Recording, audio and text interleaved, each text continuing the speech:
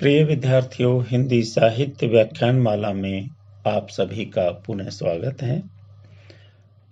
आज की चर्चा का मुख्य विषय रीतिकाल के श्रेष्ठ कवि देव का साहित्यिक परिचय और उनकी काव्यगत विशेषताएं हैं। जैसा कि हम पूर्व के व्याख्यान में कवि देव के जीवन परिचय के संबंध में चर्चा कर चुके हैं। कवि देव एक श्रृंगारी कवि माने जाते हैं। उन्होंने अपने काव्य ग्रंथ प्रेम चंद्रिका में प्रेम का बड़ा विशद एवं उत्कृष्ट वर्णन किया है। विद्वान अब तक उनके काव्य ग्रंथों की संख्या के संबंध में बताते हैं कि कवि देव ने 72 काव्य ग्रंथों की रचना की है, लेकिन वर्तमान में अभी हमें जो उपलब्ध ग्रंथों की संख्या मिलती है वो केवल 15 है। इन 15 काव्य ग्रंथों में भाव विलास, अष्टयाम, भवानी विलास, प्रेम तरंग, कुशल विलास, छाती विलास, रस विलास, सुजान विनोद, प्रेम चंद्रिका, शब्द रसायन, राग रत्नाकर, देव चरित, देव माया प्रपंच, देवस्तक और अंतिम जो 15वीं उपलब्ध रचना है वो है सुख सागर तरंग। इन 15 ग्रंथों में प्रेम चंद्रिका में कविदेव ने विषय वासनाओं की तिरस्कार, प्रेम के महामात्य और उनके विभिन्न रूपों का बहुत ही सुंदर चित्रण किया है। राग रत्नाकर संगीत विषयक लक्षण ग्रंथ माना जाता है। देवस्तक अध्यात्म संबंधी ग्रंथ है, जिसमें जीवन और जगत की असारता, ब्रह्म तत्व तथा प्रेम के महामात्य का बड़ा ही विशद वर्णन है।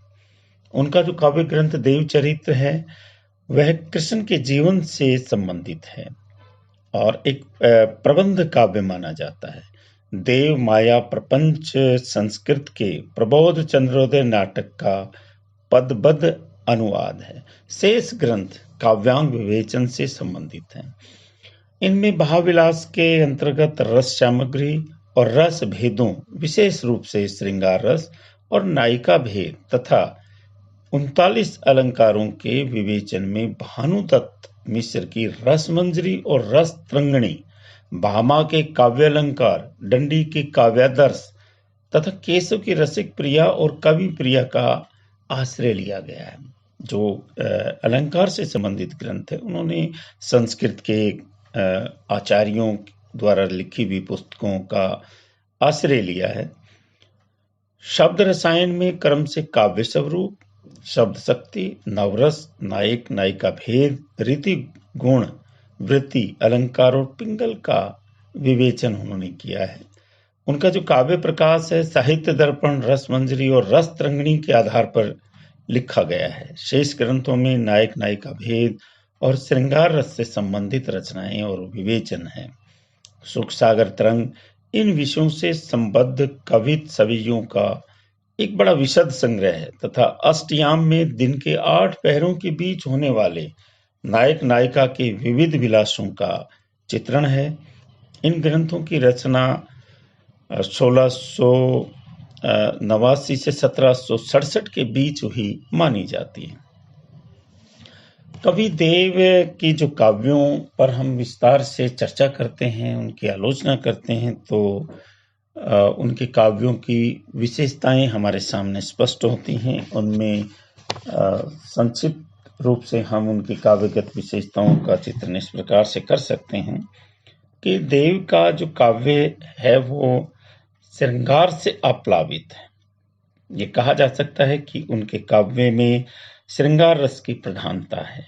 उन्होंने प्रेम चंद्रिका में प्रेम का बड़ा ही विशद एवं उत्कृष्ट वर्णन तो किया ही है। श्रृंगार वर्णन में वे नायक नायिका भेद, नक्षिक वर्णन आदि सौंदर्य, ऋतु वर्णन आदि अनेक रीतिकालीन परंपराओं का उन्होंने अपने काव्य में परिपालन किया है। विशेष रूप से जब हम देखते हैं तो देव को, चूंकि हम पूर्व में ही बता चुके हैं कि एक श्रृंगारी कवि है, श्रृंगार का सुंदर वर्णन उनके काव्य की एक अद्भुत विशेषता मानी जाती है। दूसरे रूप में हम देखें तो भक्ति और वैराग्य भी उनके वर्णन विषयों में रहे हैं। देवस्तक नामक रचना में कवि ने दार्शनिक विचारों को समझा है और दार्शनिक विचारों के ऊपर बड़ी विस्तार से चर्चा की है। ये कैसे कहा जा सकता है कि दर्शन के क्षेत्र में भी उन्होंने भक्ति और दर्शन दोनों का ही समाविष्ट उन्होंने अपने काव्य ग्रंथ में किया है। एक उनके शिल्प के संबंध में जब हम चर्चा करते हैं तो अलंकारों के प्रयोग में भी देव हमें बहुत ही दक्ष दिखाई देते हैं। इस बात से इनकार नहीं किया जाता कि देव ने संस्कृत के और हिंदी के जो आचार्य कवि हुए हैं उनके जो अलंकार से संबंधित काव्य ग्रंथ हैं उनको अपने काव्य का आधार बनाया और अलंकारों का बहुत ही सुंदर चित्रण उन्होंने अपने काव्य में लिया। उन्होंने सामान्य जीवन से चुनकर नवीन एवं आकर्षक उपनाम भी जुटाए हैं। तो यहाँ कहा जा सकता है कि कवि देव अलंकारों के सुंदर वर्णन में भी दक्ष थे। हम ये कह सकते हैं कि कल्पना की उड़ान के परिणाम स्वरूप ये रंग वैभव और प्रसाधन सामग्री ने कबीर की जो बिंब योजना है उसके सौंदर्य की सृष्टि की है। रूप, अनुभव, मिलन आदि से संबद्ध बिंब अपने लक्षित और उपलक्षित रूपों में इतने स्पष्ट और आकर्षक हैं कि इस युग के उत्कृष्ट कलाकारों के अतएव संबंधी जो बिंब हैं उनके समक्ष नहीं ठहर पाते हैं। या ये कहा जा सकता है कि बिंब विधान में जो बिंब सौंदर्य है उसमें उन्होंने बहुत ही दक्षता हासिल कर ली थी। किस प्रकार से वे भाव और कला दोनों ही रूपों में उनकी कविता को हम जब समीक्षात्मक रूप से इसे निकष पर कसते हैं तो हमें लगता है कि जितना भाव सौंदर्य उनके काव्य में देखने को मिलता है उतना ही शिल्प सौंदर्य या कला सौंदर्य भी हमें दिखाई देता है।